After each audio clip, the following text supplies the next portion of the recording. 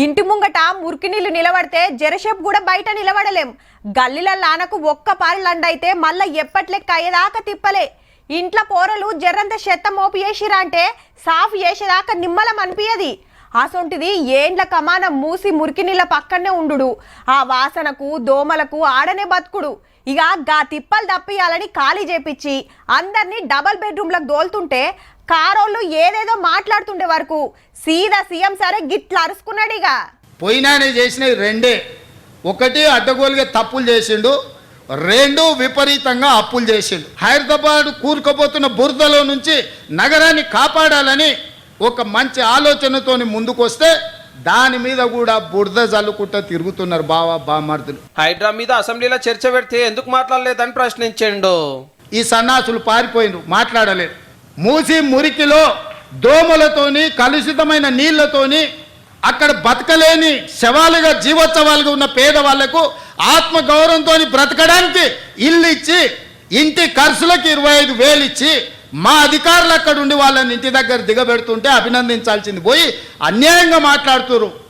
Double bedroom ఇల్లు కంటే ప్రత్యామ్నాయం ఏముందో చెప్పండి. జల్దిగానే హైడ్రా మీద అఖిలపక్షం పెడతాము, వచ్చి సలాలు ఇవ్వాలన్నాడు సీఎం సారు. ఇవాళ ఇన్ని మాట్లాడుతున్న కేటీఆర్ జన్వాడలో నీకున్న ఫామ్ హౌస్ అక్రమ నిర్మాణం కాదా, అది కూలగొట్టాలనా వద్దా నువ్వు చెప్పు. హరీష్ రావు అజీజ్ నగర్లో నీకున్న ఫామ్ హౌస్ అక్రమమా కాదా? సబితమ్మ నీ ముగ్గురు కొడుకుల పేర్ల మీద 3 ఫామ్ హౌజులు కట్టినావు కదా. పేద అరుపులు అరవకమ్మా, నీకున్న ఫామ్ హౌజులు కూడా లెక్కలు ఉన్నాయి. మూసీని అడ్డం పెట్టుకొని ఎంతకాలం బతుకుతారా మీరు? ఎంతకాలం తప్పించుకుంటారు? వారం రోజులు, 10 రోజులు, 15 రోజులు, నెల రోజులు అయినా వదల మీ భర్త మీరు అనుకుంటున్నాం. ఒక్కనొక్కని చింతపండి చేస్తా. అప్పట్లో ప్లాట్లు జాగాలు కొనుక్కొని ఇల్లు కట్టుకుంటే వాళ్ళకు కూడా నష్టం కాకుండా చూస్తారట. జవహర్ నగర్ లో 1000 ఎకరాలు ఉంది ప్రభుత్వాన్ని.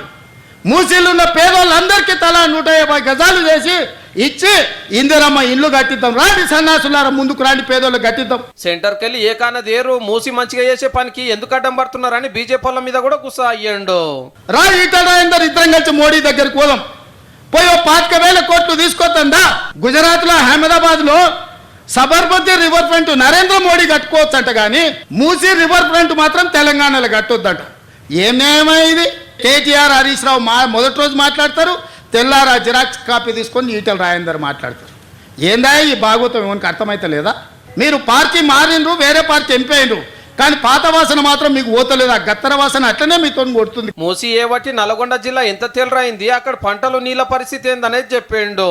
రేపు పొద్దుగాలు ఏ మోకం పెట్టుకొని నల్గొండలు తిరుగుతావు కేటీఆర్? నువ్వు నల్గొండల కాలు పెట్టు. ఇవాళ విషాన్ని దిగమింగుతున్నది నల్గొండ. మీకు ఓట్లు వేయలేదు, నల్గొండలో ఒక సీటు గెలవకపోతే నల్గొండ ప్రజల్ని సంపేద్దామని స్కీమ్లు వేస్తారా బామార్దులు కలిసి? ఇండ్లు కూల్చే బుల్డోజర్లకు మేము అడ్డం పడతామని పెద్ద పెద్ద డైలాగులు దంచుతున్నారు కదా. బుల్డోజర్ నా మీద నుంచి పోవాలి, బుల్డోజర్ నా మీద నుంచి పోవాలంట. ఎన్ని బుల్డోజర్లు కొనాలన్నా నేను?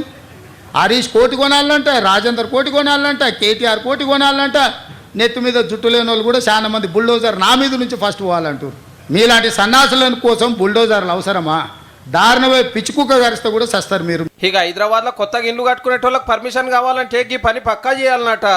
ఇంకుడు గుంతలు కట్టని ఇండ్లకు అనుమతులు ఇచ్చేది లేదు. ఇంకుడు గుంతలు లేని ఇండ్లకు నీళ్ల ట్యాంకర్ 2 అంతలు ఛార్జ్ చేయమని మా అధికారులకు నేను ఆదేశాలు ఇస్తున్నాను.